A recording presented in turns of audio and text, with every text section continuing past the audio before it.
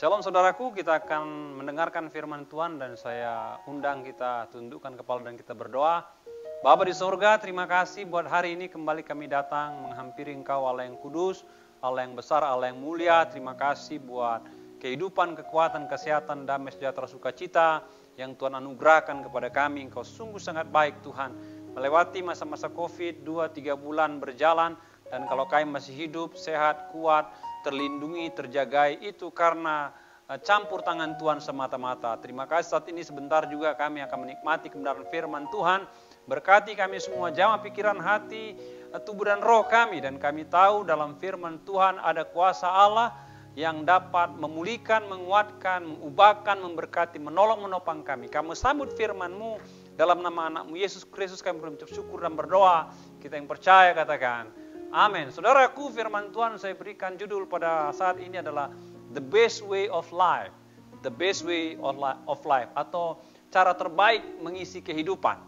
Ya, cara terbaik untuk mengisi kehidupan. Amsal 3 ayat 2 mengatakan firman Tuhan berkata demikian buat kita, karena panjang umur dan lanjut usia serta sejahtera akan ditambahkannya kepadamu. Karena panjang umur dan lanjut usia serta sejahtera akan ditambahkannya kepadamu. Semua orang di dunia ini pengen panjang umur.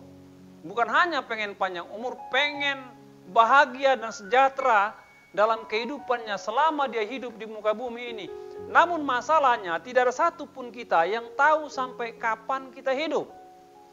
Yang masalah kedua, kita tidak bisa menetapkan bahwa kita dalam perjalanan hidup senantiasa sejahtera, senantiasa bahagia, senantiasa makmur. Hidup itu mengalami dinamika Bapak Ibu. Seperti siang dan malam, demikian dengan hidup. Ada kalanya sedih, ada kalanya sukacita, ada kalanya berhasil, ada kalanya gagal, ada kalanya di atas, ada kalanya di bawah, ada kalanya dipuja, ada kalanya dibenci, ada kalanya dicari, ada kalanya dilupakan. Begitu bentuk kehidupan, warna kehidupan yang dijalani setiap manusia. Lalu bagaimana kita dalam perjalanan hidup yang kita tidak tahu sampai kapan? Warnanya pun bermacam ragam. Bagaimana kita harus mengisi kehidupan, mencari cara mengisi kehidupan agar cara yang kita buat adalah cara yang terbaik untuk hidup. Tentu cara terbaik yang kita tempuh bukan menurut apa kata dunia, bukan menurut apa kata para pakar, tapi menurut apa kata firman Tuhan. Saya akan ajak saudara melihat benar firman Tuhan dari kitab Amsal. Bagaimana cara terbaik mengisi atau menjalani kehidupan. Yang pertama, milikilah kasih dan kebenaran sebagai panduan hidup Anda yang mewarnai tindakan dan perilaku Anda. Milikilah kasih dan kebenaran sebagai panduan hidup Anda yang mewarnai tindakan dan perilaku Anda. Amsal 3 dikatakan, janganlah kiranya kasih dan setia meninggalkan engkau. Kalungkan itu pada lehermu, tuliskan itu pada loh hatimu. Pada loh hatimu. Dalam bahasa Ibrani kata kasih pakai kata keset dan emet. Kata keset dan emet ini sering dipergunakan sebagai kualitas kasih yang dimiliki Allah yang diberikan kepada manusia. Jadi itu kualitas kasih Allah.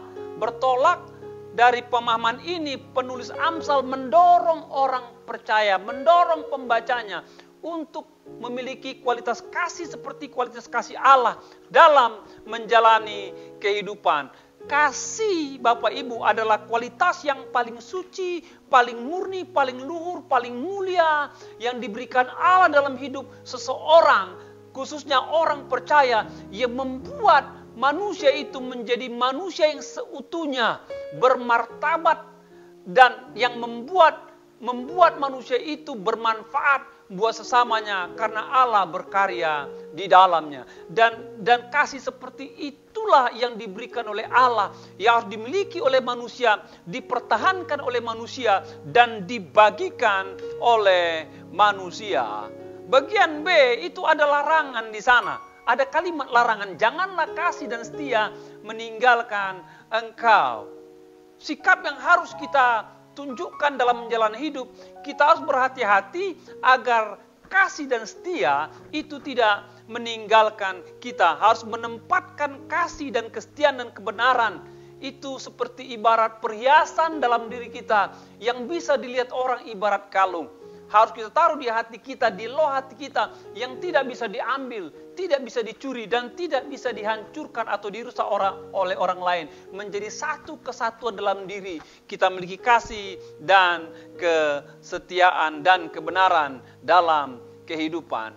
Bapak Ibu, mengapa Salomo sepertinya memberikan awasan dan larangan ini dalam kehidupan manusia yang membaca tulisannya? Bapak Ibu, karena yang saya pelajari dalam perkembangan manusia, seringkali orang meninggalkan kasih dan setia, meninggalkan kebenaran karena ambisi-ambisi pribadi, pengejaran-pengejaran hidup yang dikerjakannya. Salah satu contoh adalah pengejaran kekayaan.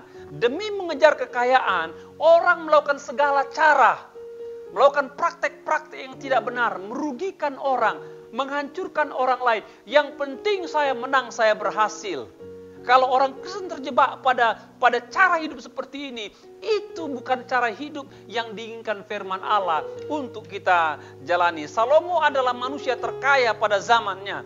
Namun ia mengatakan, janganlah kasih meninggalkan engkau. Dalam mengupayakan kemapanan ekonomi, kita harus tetap memegang kasih dan kesetiaan. Karena itulah cara terbaik dalam menjalani hidup. Yang kedua adalah contoh mengejar kekuasaan, Bapak Ibu. Semua Anda pasti akan tiba pada posisi tertentu dalam karir, bisnis, usaha, dan pekerjaan Anda. Di balik jabatan yang menempel itu ada wewenang, ada kuasa yang kita miliki, kita pegang, dan kita bisa pergunakan dalam kehidupan kita, dalam menyuruh orang lain, memerintah orang lain, menguasai orang lain. Dan Alkitab katakan, kalau engkau sudah tiba pada tahap-tahap kekuasaan tertentu, ingat kata firman Tuhan, jangan kasih dan setia meninggalkan engkau.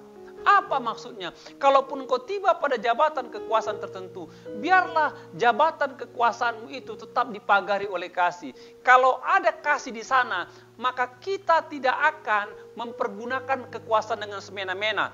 Kita tidak akan mempergunakan kekuasaan menindas orang, memeras orang, memperlakukan orang tidak baik. Malahan kita mempergunakan kekuasaan kita untuk memberkati orang lain, menolong orang lain, mensupport orang lain. Maka saya percaya dengan cara hidup seperti ini, maka kita berkenan kepada Tuhan. Yang kedua, bagaimana cara hidup yang terbaik menurut kitab Amsal selama kita menjalani hidup di muka bumi ini. Amsal 3:5 dikatakan, percayalah kepada Tuhan dengan segenap hatimu dan janganlah bersandar pada pengertianmu sendiri. Percayalah kepada Tuhan dengan segenap hatimu dan janganlah bersandar kepada pengertianmu sendiri. Yang kedua, milikilah iman pada Allah sebagai sauh yang kuat bagi hidup Anda selama Anda ada di dunia, dan itu pasti menjadikan hidup Anda berarti. Bapak Ibu, saya perhatikan dalam hidup ini, godaan iman itu seringkali terjadi akibat pemikiran manusia itu sendiri. Dalam hidup Bapak Ibu, seringkali kita diharuskan untuk memilih. Memilih untuk percaya atau memilih untuk tidak percaya. Memilih untuk beriman pada Tuhan atau memilih tidak beriman pada Tuhan. Ya.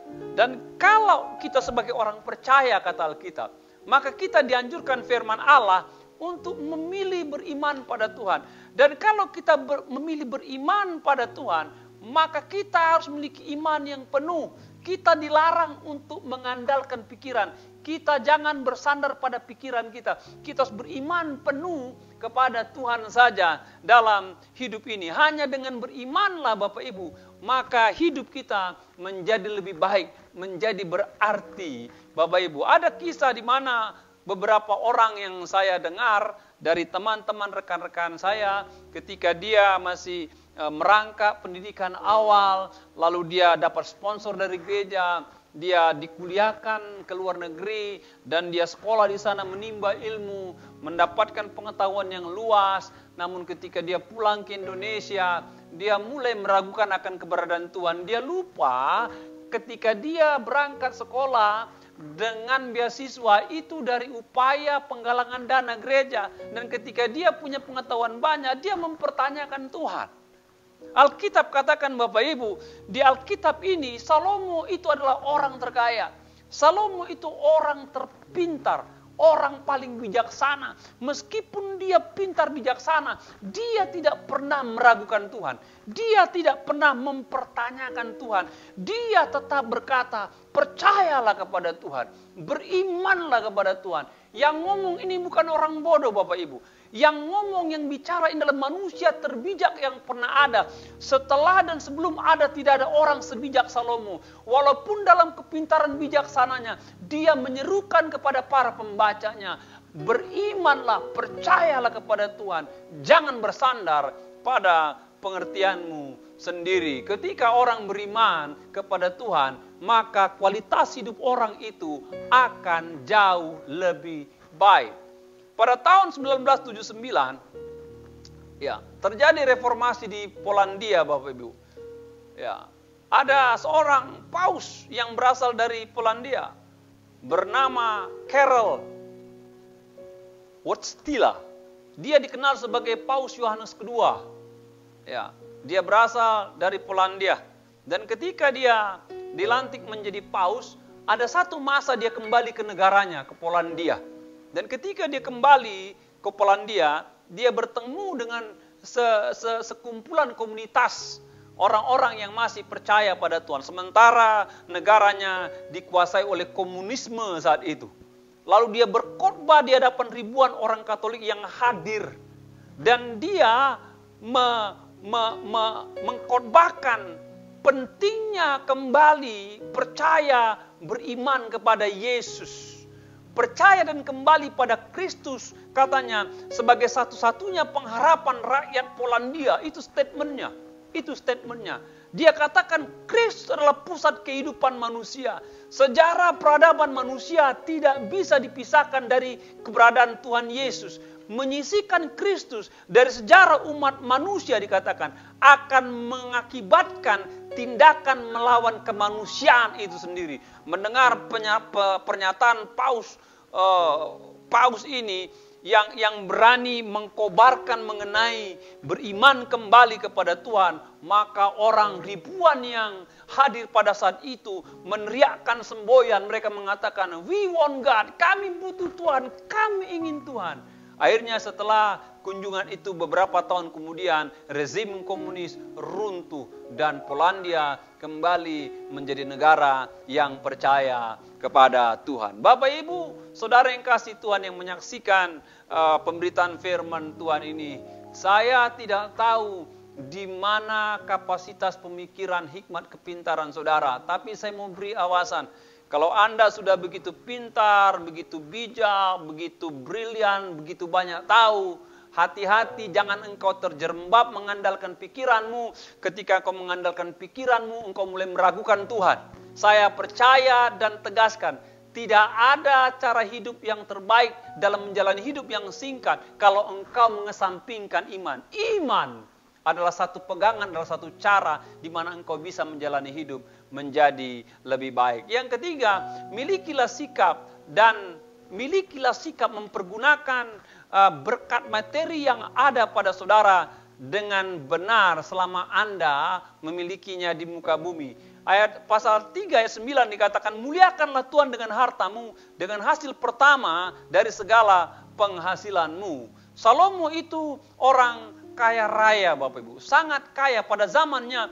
Dia merupakan orang terkaya pada masa itu. Dia mengumpulkan emas bertonton, dia mengumpulkan perak bertonton, sehingga dia melapisi bait Allah dengan lapis emas. Dia melapisi rumahnya dengan lapis emas. Bahkan perlengkapan makanannya, piring, sendok, bahkan cawannya itu berlapis emas, dan ada yang terbuat dari emas padu. Pakaiannya luar biasa, tahtanya luar biasa, sehingga ada banyak orang-orang raja-raja di seluruh dunia pengen melihat kebesaran Salomo, pengen melihat kemasyhuran Salomo, pengen melihat kekayaan Salomo yang begitu luar biasa, Bapak Ibu. Namun Salomo katakan dalam kekayaan kelimpahannya, dia tegaskan bahwa muliakanlah Tuhan dengan hartamu. Muliakanlah Tuhan dengan hartamu. Muliakanlah Tuhan dengan hartamu. Saya pelajari bahwa Bapak Ibu, ada satu kali Salomo dalam peribadatan, dia mengorbankan sapi yang jumlahnya ribuan. Jumlahnya ribuan untuk memberi korban kepada Allah dan dinikmati oleh orang Israel. Dia tidak tanggung-tanggung mengorbankan harta yang ada padanya kepada Allah yang dia tahu sumber segala berkat yang dia miliki. Bapak Ibu, ini menunjukkan bahwa semua kekayaan materi yang dimiliki oleh Salomo sadari itu anugerah Tuhan, itu pemberian Tuhan. Tuhan menitipkannya dalam hidup kita yang sementara. Dan ingat, harta materi yang kita miliki tidak bisa kita miliki selama-lamanya. Kalau kita sudah titik mata, kita akan titipkan pada keturunan kita. Kalau keturunan kita pintar, bisa mengembangkannya. Namun kalau tidak, itu akan habis.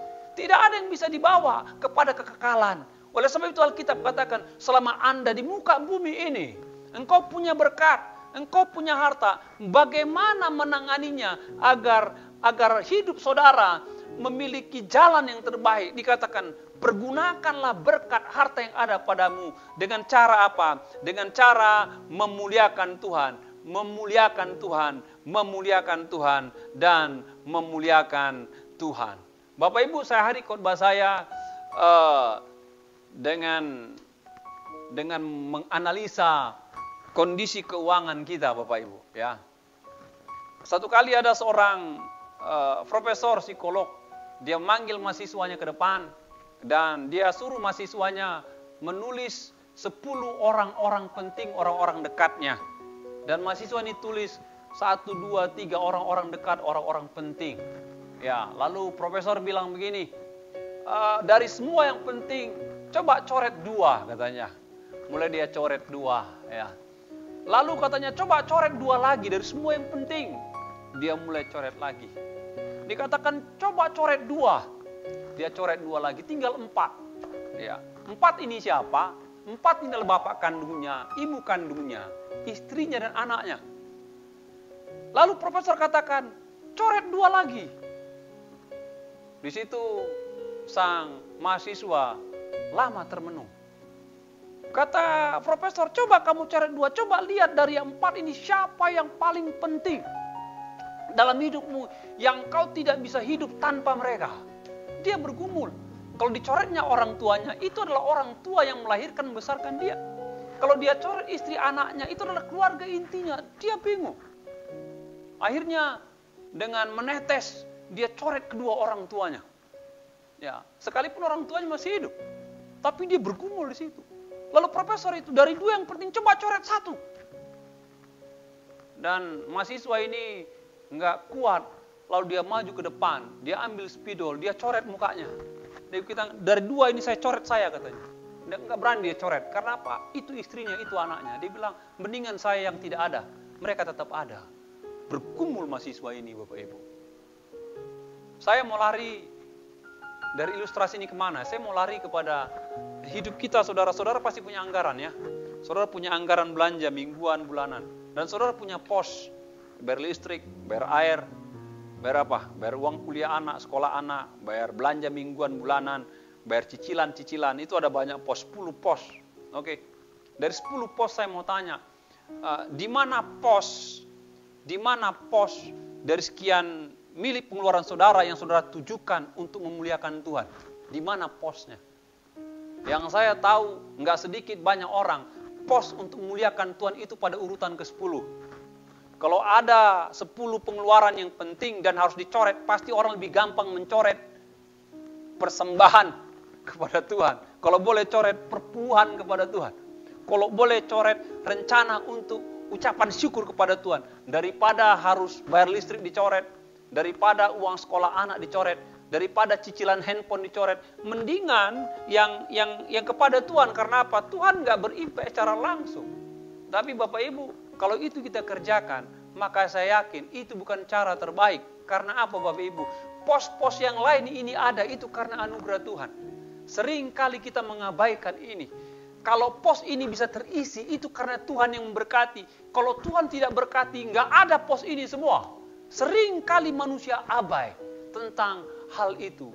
Dan ada banyak orang-orang yang diberkati oleh Tuhan dewasa ini, menikmati untuk dirinya sendiri, bahkan melupakan Tuhan, bodoh amat sama orang lain. Saya mau katakan, kalau engkau punya kekayaan harta, muliakan Tuhan dengan hartamu. Dengan cara demikian engkau bisa mengisi kehidupan dengan kehidupan yang baik, dengan kehidupan yang terbaik, dan Tuhan berkenan kepada hidupmu. Tuhan berkenan kepada hidupmu. Tuhan berkenan kepada hidupmu. Jadi Bapak Ibu, bagaimana cara terbaik menjalani hidup yang terbatas? Ingatlah firman Tuhan. Pertama, engkau harus memiliki kasih dan kesetiaan. Mempertahankan kebenaran dalam kehidupanmu, apapun kondisinya. Yang kedua apa? Engkau harus memiliki iman yang sungguh. Mengatasi pemikiran, mengatasi sikap mengandalkan pikiran sampai engkau berdoakan Tuhan. Tetap imanmu harus lebih di atas daripada godaan pemikiran yang merupakan Tuhan. Yang ketiga, engkau harus melihat bahwa berkat yang ada padamu harus kau pakai untuk mempermuliakan Tuhan. Dengan cara inilah, maka saya percaya engkau menjalani hidup dengan cara yang terbaik dan Tuhan pasti berkenan kepadamu. Kiranya Tuhan berkati kita semua. Mari kita berdoa, kami bersyukur pada Tuhan buat malam ini karena Engkau sungguh sangat luar biasa.